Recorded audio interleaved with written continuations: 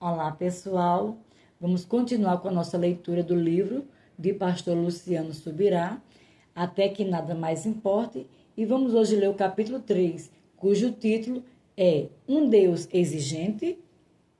É necessário que estejamos dispostos a pagar qualquer preço, não importa quanto custa. Qualquer preço vale seu sorriso e sua presença. Smith Wigglesworth. Minha primeira reação ao entender que deveria avançar a um ponto tal em minha busca ao Senhor, até que nada mais importe, não foi das melhores.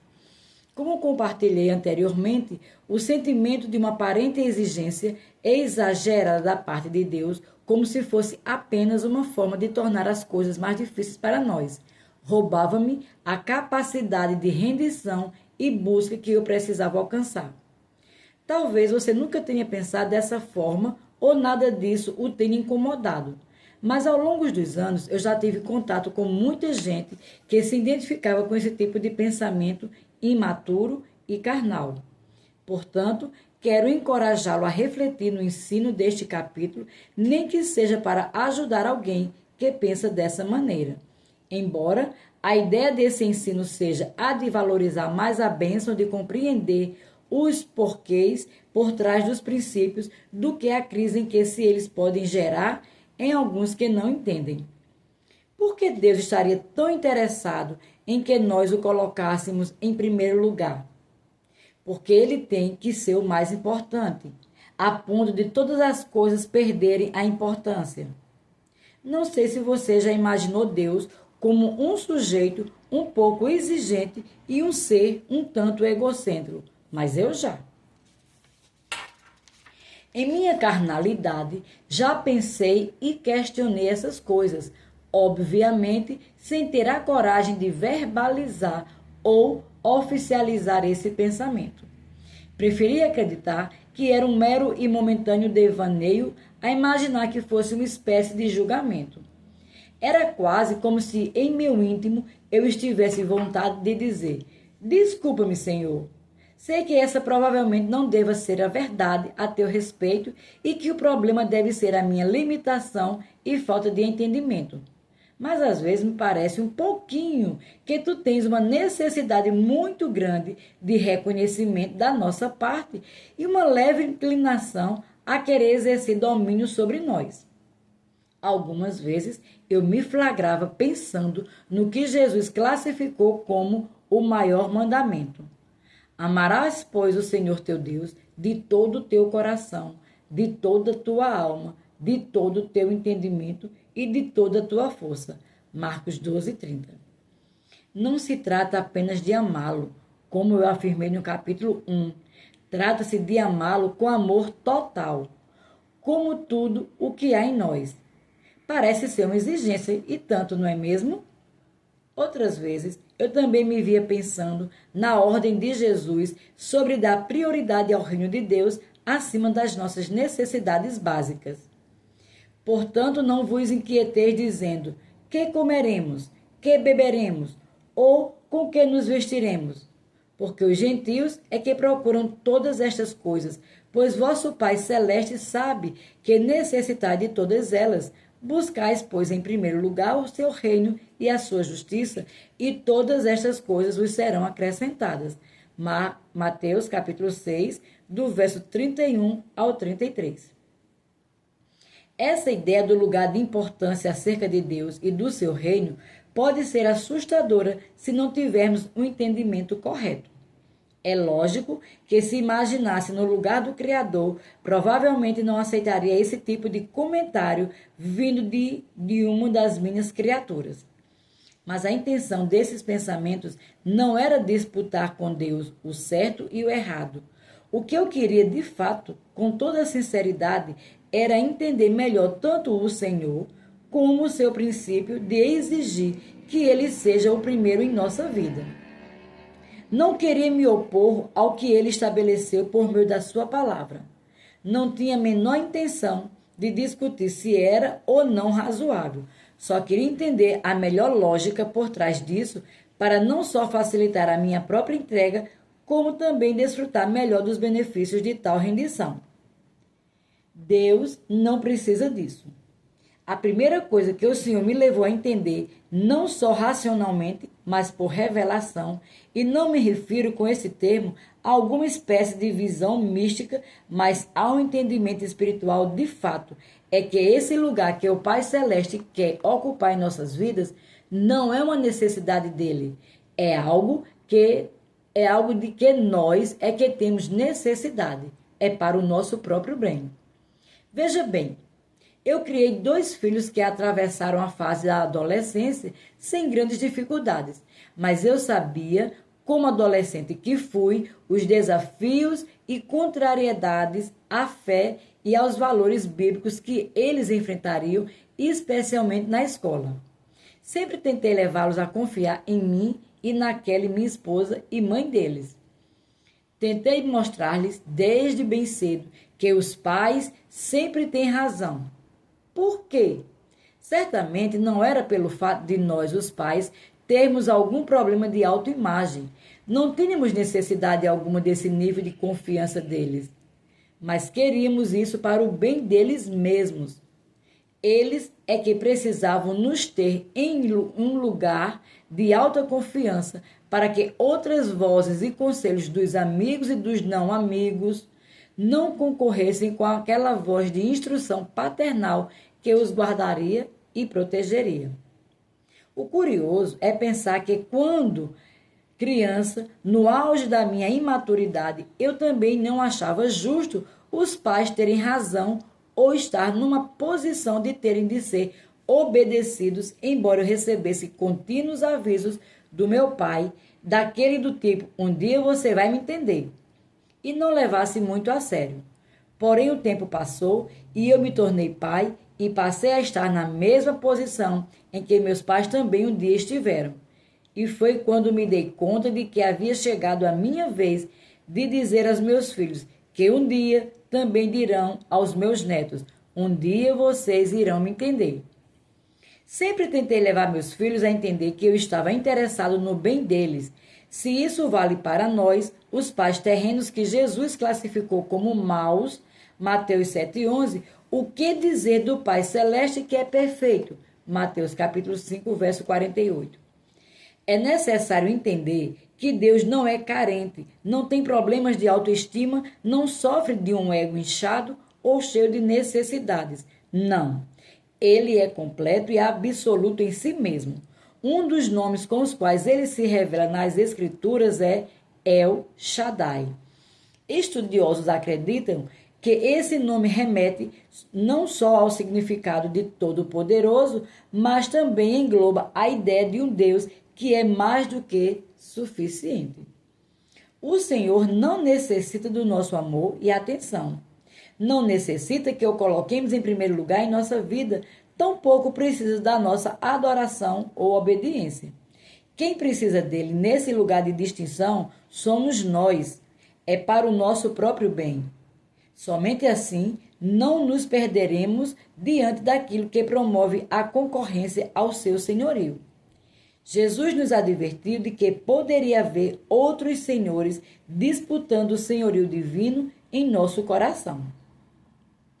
Ninguém pode servir a 2 senhores, porque ou há de aborrecer-se de um e amar ao outro, ou se devotará a um e desprezará o outro. Não podeis servir a Deus e às riquezas. Mateus 6, 24. Há outros senhores tentando alcançar o domínio do nosso coração, e as riquezas estão no páreo. Mas uma escolha tem de ser feita. Não dá para servir a 2 senhores, é a um ou a outro. O que acontece com Deus se ele deixar de ser nosso Senhor e as riquezas dominarem o nosso coração? Nada demais. Certamente, ele sentirá nossa falta, mas nossa escolha equivocada não muda a sua grandeza. E o que nos perdemos se ele deixar de ser nosso Senhor e as riquezas se assenhoarem de nós? Tudo, porque não haverá glória ou futuro algum sem Deus. Aliás, as Escrituras revelam o desastre na vida dos que fizeram esse tipo de escolha. Ora, os que querem ficar ricos cai em tentação e cilada, e em muitas concupiscências insensatas e perniciosas, as quais afogam os homens na ruína e perdição. Porque o amor do dinheiro é a raiz de todos os males, e alguns, nessa cobiça, se desviaram da fé e a si mesmo se atormentaram com muitas dores. 1 Timóteo capítulo 6, verso 9 e 10. A Bíblia nos ensina na parábola do semeador acerca daquela semente que caiu entre os espinhos. Estes cresceram e sufocaram aquela semente que haviam germinado. Marcos 4, 7. Sabemos que a semente é a palavra de Deus. Marcos 4, 14. E qual o significado dos espinhos? Jesus mesmo explicou. Os outros, os semeados entre os espinhos, são os que ouvem a palavra, mas os cuidados do mundo, a fascinação da riqueza e as demais ambições concorrendo sufocam a palavra, ficando ela infrutífera. Marcos 4, versos 18 e 19. Grifos do autor. E some-se a essa lista a declaração de Paulo aos Colossenses. A avareza, que é idolatria. Colossenses 3:5.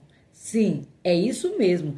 Ele classifica como idolatria a avareza, ou o lugar errado do dinheiro no coração de um cristão. Os versículos anteriormente citados nos mostram o porquê da incompatibilidade entre os dois senhores. Se o dinheiro dominar nosso coração, a palavra será sufocada.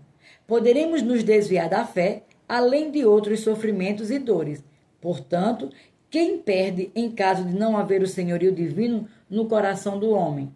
Não é Deus quem perde, somos nós mesmos. Dito isto, por que você acha que Deus quer ser? Por que é que Deus quer ser nosso Senhor? Um Deus acima de qualquer suspeita.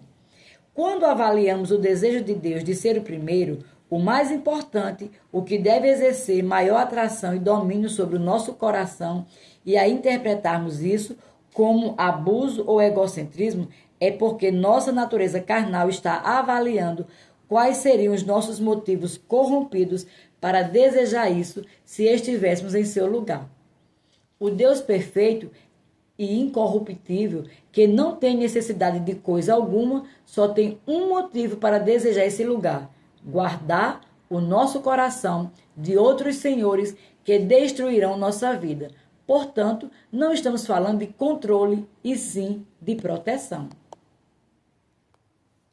A fé se apoia no caráter de Deus, um Deus que está acima de qualquer suspeita. Paulo declarou: porque sei em quem tenho crido.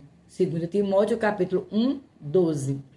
Observe que o apóstolo não disse em que tenho crido, e sim em quem. A fé entende que Deus é alguém digno de confiança. Um pequeno vislumbre do que esperar de alguém com motivações perfeitas pode ser visto numa declaração de Jesus. O Evangelho de Marcos nos relata que Tiago e João queriam que depois que Cristo se assentasse no trono da sua glória, eles tivessem o privilégio de se sentarem em um à sua direita e o outro à sua esquerda.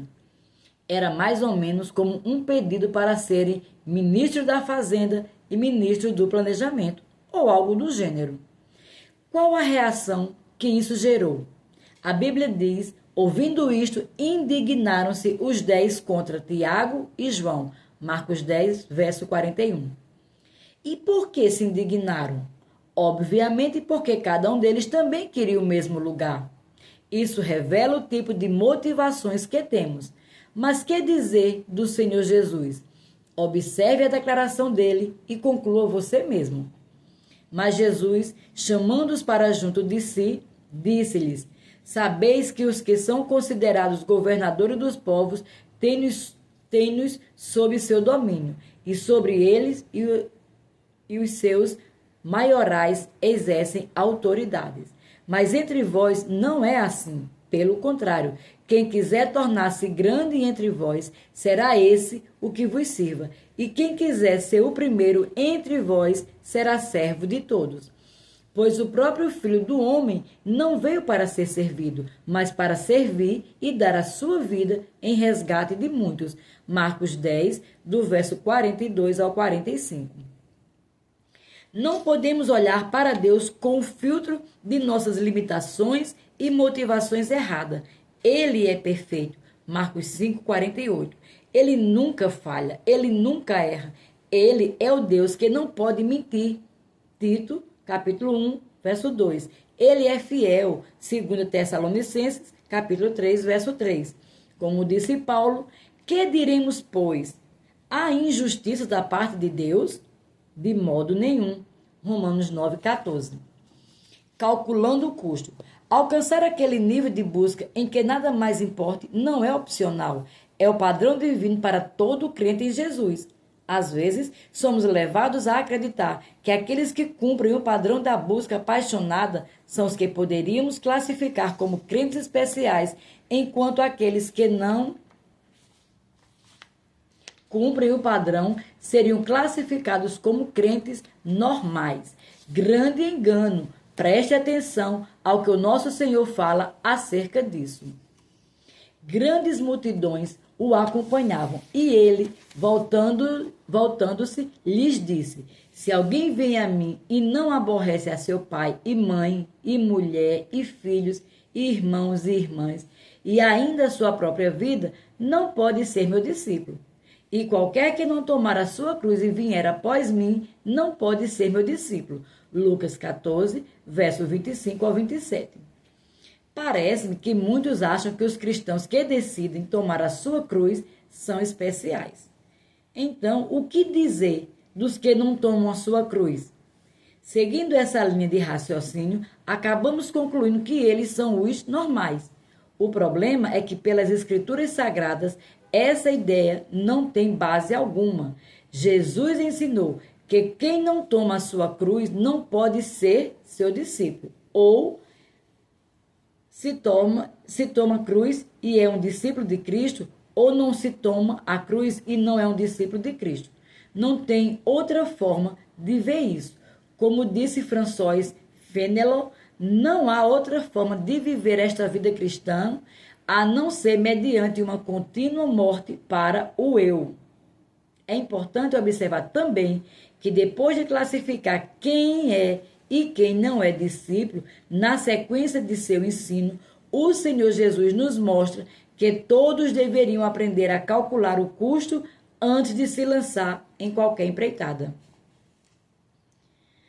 Pois qual de vós, pretendendo construir uma torre, não se assenta primeiro para calcular a despesa e verificar se tem os meios para a concluir? Para não suceder que, tendo lançado o alicerce e não podendo acabar, todos os que a virem zombem dele, dizendo: este homem começou a construir e não pôde acabar. Ou qual é o rei que, indo para o combate a outro rei, não se assenta primeiro para calcular se com 10.000 homens poderá enfrentar o que vem contra ele com 20.000? Caso contrário, estando o outro ainda longe, envia-lhe uma embaixada pedindo-lhe condições de paz. Assim, pois todo aquele que dentre vós não renuncia a tudo quanto tem, não pode ser meu discípulo. Lucas 14, do verso 28 ao 33. É lógico que o mestre não estava preocupado em ensinar apenas sobre planejamento financeiro, importância de fazer um orçamento ou técnicas de construção civil. Ele usa isso como exemplo para aqueles que querem ser seus discípulos. Cristo está mostrando por meio desse exemplo que é necessário calcular quanto custa ser seu discípulo antes de nos dedicarmos a esse projeto. O Senhor Jesus nos mostra que a semelhança de edificação de uma torre há aqueles que entram na caminhada cristã ignorando completamente o custo necessário para chegar até o fim. Não concluem a construção porque entraram nela completamente despreparados para o custo que os aguarda. O significado da segunda alegoria é o mesmo. Ele fala de um rei que, para entrar em guerra com outro rei, precisa calcular o custo do projeto para ver se pode dar cabo dele. e atente para os detalhes de que, em ambas as parábolas, a moral da história não é apenas sentar para calcular quanto custa a empreitada. A essência da mensagem tem a ver com por que temos de fazer as contas. A conclusão, o ponto central deste ensino de Cristo é que é melhor não começar do que começar sem ter condições de concluir a empreitada. A que isso nos remete? A semelhança daqueles que começaram a construir a torre e não puderam concluir. Temos muitos cristãos ao longo da história, e em especial em nossos dias, que não completam a carreira cristã. E assim como foi dito na parábola, o projeto acaba se tornando alvo de zombaria. O evangelho sofre escárnio e até descrédito por conta da nossa ignorância do que é de fato ser um cristão. A mensagem deste livro não diz respeito apenas a ser um cristão melhor. Ela fala de sermos verdadeiros cristãos. Se amar ao Senhor de todo o coração é o maior mandamento e, mesmo assim, insistimos em nem sequer cumprir o primeiro da lista, o que esperar acerca da nossa obediência aos demais decretos divinos. Muitos abraçam o Evangelho pensando apenas naquilo que podem lucrar com a sua decisão. Infelizmente, a negligência da igreja começa a partir da nossa própria pregação e ensino em nossa apresentação do cristianismo, que tem se tornado cada vez mais focado nos benefícios que as pessoas podem ter, em detrimento do preço que elas terão de pagar. Preço? Você falou em preço a ser pago na vida cristã? Eu não. Quem falou foi Jesus. Ele é quem disse que temos de calcular o custo antes de começar a carreira cristã. O conflito que esse conceito gera se deriva de uma visão incompleta dos princípios bíblicos.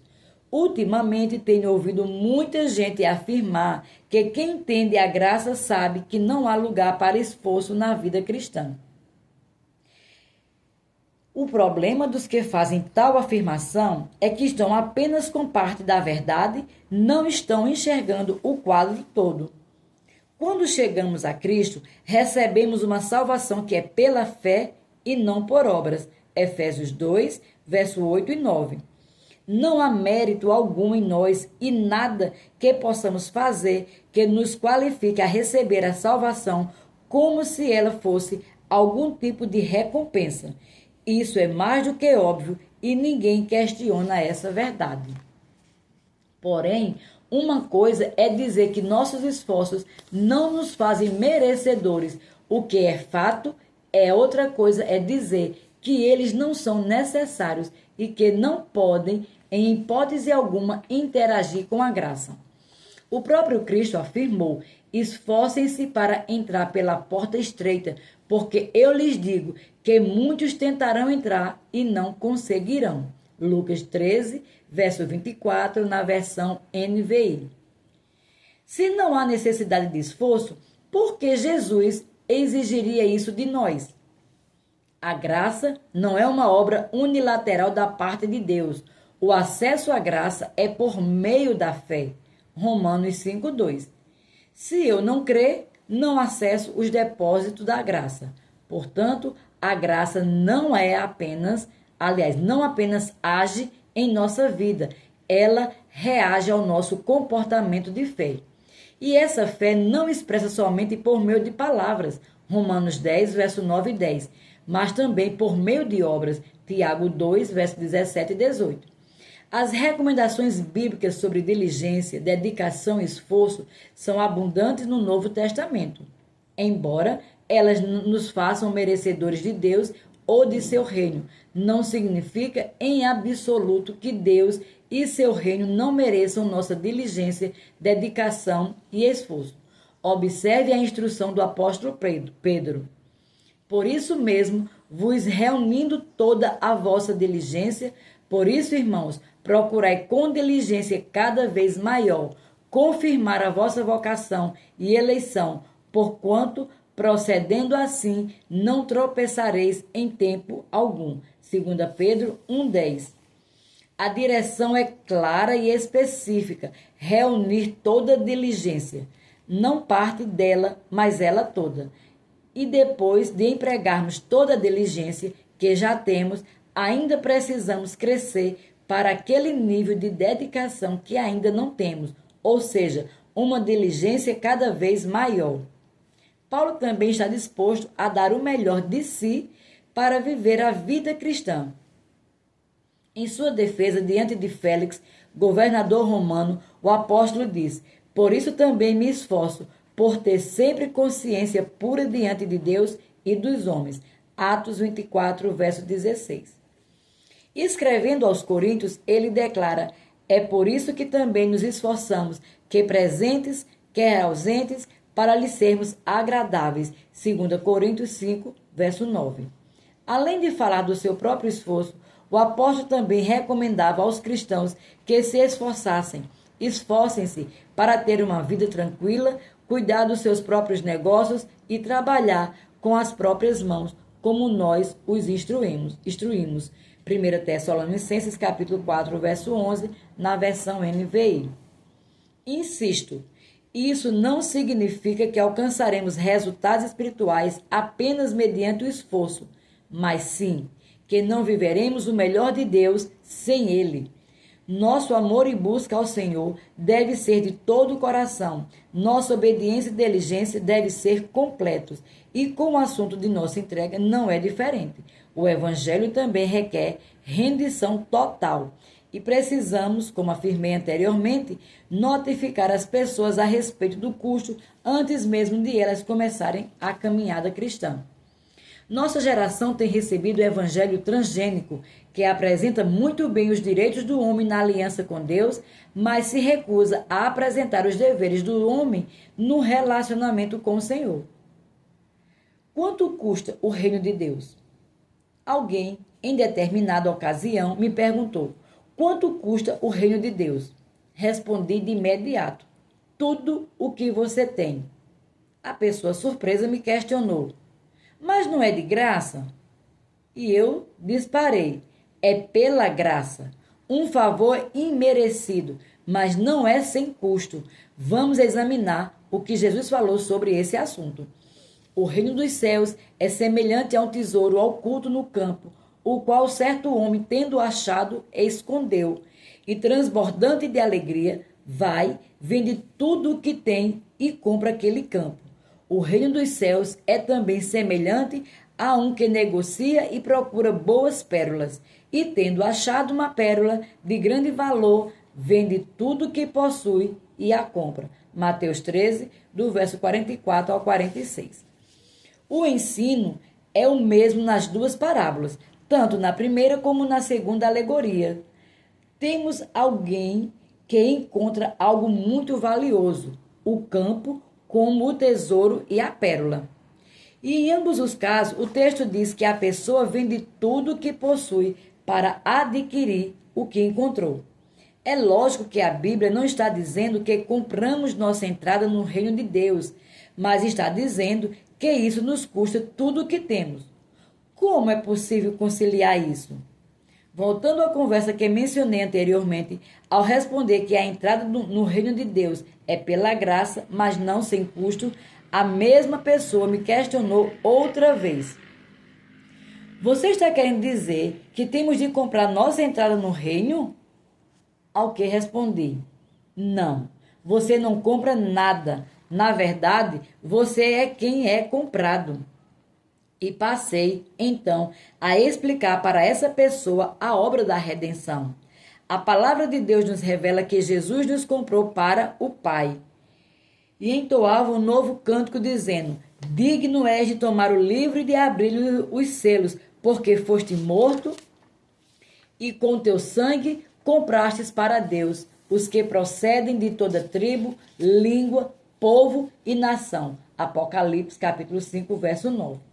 A redenção pode ser vista como uma transação comercial, um ato de compra, e as Escrituras nos revelam que a moeda de pagamento foi o próprio sangue de Cristo. Pois vocês sabem que o resgate para salvá-los do estilo de vida vazio que herdaram de seus antepassados não foi pago com simples ouro ou prata, que perdem seu valor, mas com o sangue precioso de Cristo, o Cordeiro de Deus, sem pecado nem mancha. Ele foi escolhido antes da criação do mundo, mas agora, nestes últimos tempos, foi revelado por causa de vocês. 1 Pedro 1:18 ao 20, na versão NVT. Qual é a consequência de termos sido comprados? Isso faz de Deus o nosso dono e faz de nós a sua propriedade. Vós, porém, sois raça eleita, nação santa, sacerdócio real, povo de propriedade exclusiva de Deus, a fim de proclamardes as virtudes daquele que vos chamou das trevas para a sua maravilhosa luz. 1 Pedro, capítulo 2, verso 9. Não somos donos de nós mesmos. Paulo explica isso aos coríntios. Depois de dizer que eles não poderiam entregar o corpo à imoralidade, o apóstolo apresenta a eles o motivo. Acaso não sabeis que o vosso corpo é santuário do Espírito Santo que está em vós, o qual tendes da parte de Deus, e que não sois de vós mesmo? Porque fostes comprado por preço. Agora, pois, glorificai a Deus no vosso corpo. 1 Coríntios capítulo 6, do verso 19 ao 20. Agora passemos à parte prática. Como o resultado deste ato redentor de compra se torna realidade em nossa vida? Sabemos que essa provisão salvadora nos é oferecida pela graça e se recebe mediante a fé. Efésios 2, 8, 9. Mas é importante ressaltar que a fé tem uma confissão, uma declaração verbal. Se com tua boca confessares Jesus como Senhor e em teu coração creres que Deus o ressuscitou dentre os mortos, serás salvo. Porque com o coração se crê para a justiça e com a boca se confessa a respeito da salvação. Romanos 10, verso 9 e 10. Portanto, além de crer com o coração, é necessário confessar com a boca a fim de receber a salvação. E aí surge outra questão. Confessar o quê? A igreja moderna passou a pregar que precisamos confessar Jesus como Salvador. Mas não é isso que a palavra de Deus diz. Ela diz que temos de confessar Jesus como Senhor. Mas Cristo não é nosso Salvador? Sim, mas esse não é o objeto da nossa confissão. É o resultado. A palavra Senhor é fraca em nossa língua e cultura, mas na língua e cultura dos tempos bíblicos, não. Era uma palavra que expressa algo maior do que costumamos mensurar hoje em dia. A palavra grega traduzida por Senhor no Novo Testamento é Kyrios e, de acordo com o léxico de Strong, significa aquele a quem uma pessoa ou coisa pertence, sobre o qual ele tem o poder de decisão. Mestre, Senhor, o que possui e dispõe de algo proprietário, alguém que tem o controle da pessoa. E em relação aos governantes, poderia significar soberano, príncipe, chefe, o imperador romano. Resumindo, era um título de honra que expressa respeito e reverência e com o qual servos tratam seus senhores. Era esse o significado da palavra Senhor. Quando um escravo se dirigia ao seu amo, seu dono, o chamava de Senhor. Era o reconhecimento de que ele nada era ou possuía, que em tudo ele era propriedade de seu Senhor. Depois de entender isso, precisamos entender por que a Bíblia nos manda confessar Jesus como Senhor, com esse significado. Por trás dessa confissão é que se encontra a resposta de por que o reino de Deus custa tudo o que temos.